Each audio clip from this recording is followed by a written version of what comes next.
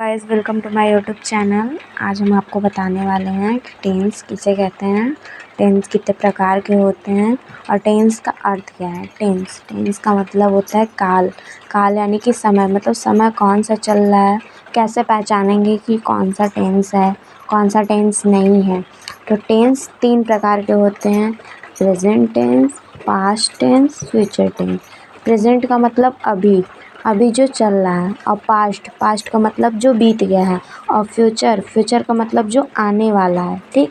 और present tense के, past tense के और फ्यूचर टेंस के 4 प्रकार होते हैं। यानी जो प्रेजेंट टेंस होता है वो 4 प्रकार का होता है, present indefinite, present continuous, present perfect और प्रेजेंट परफेक्ट कॉन्टिन्यूअस। और इसी तरह पास्ट टेंस होता है, past indefinite, past continuous, past perfect continuous. और इसी तरह फ्यूचर के भी होते हैं, future indefinite, future continuous, future perfect continuous. देखिए, present indefinite tense. Present indefinite को पहचानने का सबसे आसान तरीका, लास्ट में, इस टेंस के लास्ट में ता है, ती है, ते हैं। ठीक, ये सारे वर्ड आते हैं तो हमें पता चल जाएगा कि वे प्रेजेंट इंडेफिनिट टेंस में। और एन प्लस आई का मतलब है निगेटिव प्लस इंट्रोगेटिव, यानी निगेटिव और इंट्रोगेटिव के साथ डू डज का प्रयोग होता है। इससे हम पहचान सकते हैं कि ये प्रेजेंट इंडेफिनिट टेंस है। इसका हम आपको एग्जाम्पल भी बताएंगे। और ये कॉन्टिन्यूअस यानी प्रेजेंट कॉन्टिन्यूअस टेंस है। प्रेजेंट कॉन्टिन्यूअस टेंस को पहचानने का सबसे आसान तरीका, रहा है, रही है और एक रहे हैं ये भी होता है। ये मैंने लिखा नहीं है, वो लोग आप समझ जाइएगा। हाँ, लेकिन ये है कि इसके लास्ट में, प्रेजेंट कॉन्टिन्यूअस टेंस के लास्ट में रहा है, रही है ये वर्ड आते हैं। और इसकी हेल्पिंग वर्ब से पहचाना जाता है। इसकी हेल्पिंग वर्ब होती है इज़, एम, आर, और वर्ब के साथ आईएनजी रहता है। वर्ब के साथ यानी जो हमारा वर्ब होगा, वर्ब यानी कि हमारी क्रिया का मतलब क्या है, जो भी उसमें कार्य हो रहा होगा उसमें ये आईएनजी प्लस होगा। जैसे उसमें बोला जाएगा राम खेल रहा है। ठीक, तो राम इज़ प्लेइंग, यानी प्ले के साथ आईएनजी प्लस हो जाएगा, इसलिए बोलेंगे राम इज़ प्लेइंग।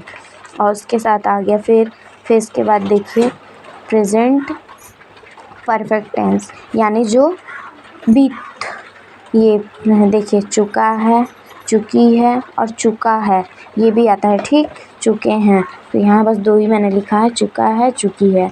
इसकी हेल्पिंग वर्ब होती है हैज़, हैव। ठीक है, इसकी हेल्पिंग वर्ब क्या होती है, हैज़ और हैव। और इसमें वर्ब होता है, जो वर्ब का थर्ड फॉर्म होता है, ये इसमें वर्ब का थर्ड फॉर्म लगेगा। जैसे बोलेंगे राम खेल चुका है, तो क्या बोलेंगे, राम हैज़ प्लेड बोलेंगे उसे। ठीक, और फिर इसके बाद आता है प्रेजेंट परफेक्ट कॉन्टिन्यूअस टेंस। इसमें ता रहा है, ती रही है, और ता रहा है, ती रही है, ते रहे हैं। इसकी हेल्पिंग वर्ब होती है हैज़ बीन, हैव बीन, और इसमें वर्ब का थर्ड फॉर्म यूज़ होता है, यानी वर्ब नहीं, इसमें वर्ब का फर्स्ट फॉर्म होता है और इसमें प्लस आईएनजी होता है। ठीक, इसमें वर्ब का थर्ड फॉर्म प्लस आईएनजी होता है। अब आते हैं हम लोग पास्ट टेंस में। पास्ट इंडेफिनिट टेंस, इसका ता था, ती थी, ते थे। इन्हें पहचानने का तरीका, उनके लास्ट में आ, ई, या, ए, ये सब वर्ड आते हैं। इसमें वर्ब का सेकंड फॉर्म होता है और इसमें निगेटिव प्लस इंट्रोगेटिव, निगेटिव और इंट्रोगेटिव दोनों के साथ डिड लगता है, डिड का प्रयोग किया जाता है। ठीक, और इसी तरह फिर इसके बाद आता है प्रेजेंट पास्ट कॉन्टिन्यूअस टेंस पे, रहा था, रही थी, यानी थी इसमें आने वाला है, यानी कि ये पास्ट की बात हो रही है ना, यानी बीते हुए टाइम की बात हो रही है, तो इस वजह से इसमें थी का प्रयोग किया जाएगा। ठीक, इसकी हेल्पिंग होती है वाज वर का सिंगुलर के साथ वाज का प्रयोग किया जाता है, प्लूरल के साथ वर का प्रयोग किया जाता है। यानी कि मतलब जो एक वचन होगा, एक वचन के साथ वाज का प्रयोग होगा, और जो बहुवचन होगा, बहुवचन के साथ वर का प्रयोग होगा। और इसमें वर्ब का फर्स्ट फॉर्म होता है। ठीक, वर्ब का फर्स्ट फॉर्म के साथ आईएनजी प्लस होता है। ठीक, आईएनजी प्लस होगा। और फिर देखिए इसी तरह आता है present perfect tense. Present perfect tense चुका था, चुकी थे और चुके थे ऐसे ही होता है, ठीक। और इसमें हेल्पिंग वर्ब होता है हैड और इसमें वर्ब का थर्ड फॉर्म होता है। कौन सा फॉर्म होता है? थर्ड फॉर्म होता है। इसकी हेल्पिंग वर्ब हैड होती है। Present past continuous tense. अब बात आती है पास्ट कॉन्टिन्यूअस टेंस की। इसे पहचानने का तरीका होता है ता रहा था, ती रही थी और ते रहे थे, ठीक। ऐसे ही होता ता रहा था, ती रही थी, ते रहे थे। इसकी हेल्पिंग वर्ब हैज़ बीन होती है। क्या होती है? हैड बीन होती है इसकी हेल्पिंग। और इसमें वर्ब का फर्स्ट फॉर्म होता है। वर्ब का फर्स्ट फॉर्म प्लस आईएनजी होता है, ठीक। अब आती है फ्यूचर टेंस की। Future indefinite tense. इसकी तो मैंने लिखी नहीं है अभी, हाँ, लेकिन होता है, इसमें भी होगा। फ्यूचर की बात हो रही है ना, तो इसमें भी इसकी कोई पहचान नहीं रहे।